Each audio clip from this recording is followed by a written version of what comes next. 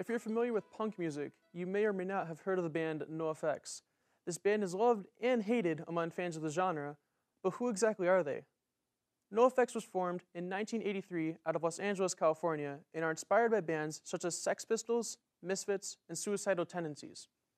The band has 4 members: Eric Sandin on drums, Aaron Abeda, who is better known as El Jefe, on the guitar and trumpet, Eric Melvin, also on guitar, and lastly on vocals, Mike Burkett, who goes by his stage name Fat Mike. When asked why they chose the name NOFX, Melvin says that it was inspired by a hardcore punk band named Negative FX. The band is best known for their fast pacing and intricate drumming.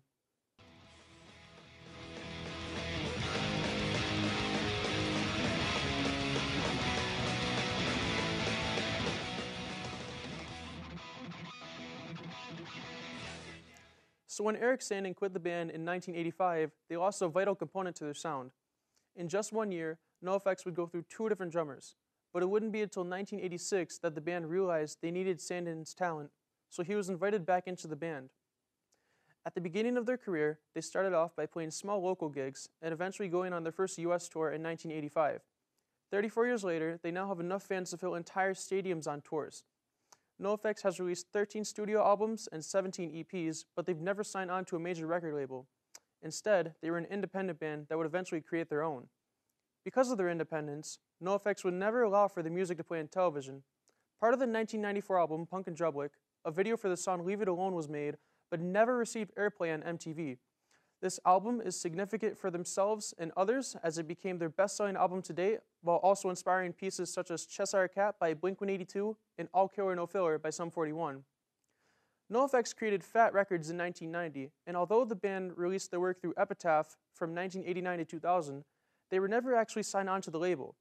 It wouldn't be until 2003 that they started releasing albums under their own label. Their first release under Fat Records was titled The War on Errorism, an open letter from the band criticizing the former US President George W. Bush and his policies. This album was very well received by critics and fans alike. It is also a strong contender for one of their best albums. Around 2009, Fat Mike adopted the alter ego Koki the Clown, as showcased in their EP with the same name. Mike used the clown persona to make more serious music with a much darker tone.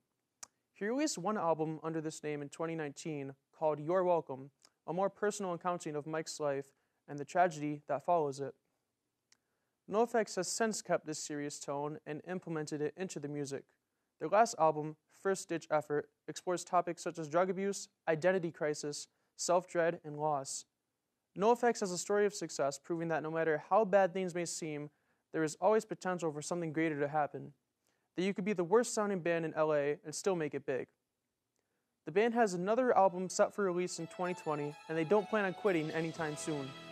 Now you know about NOFX.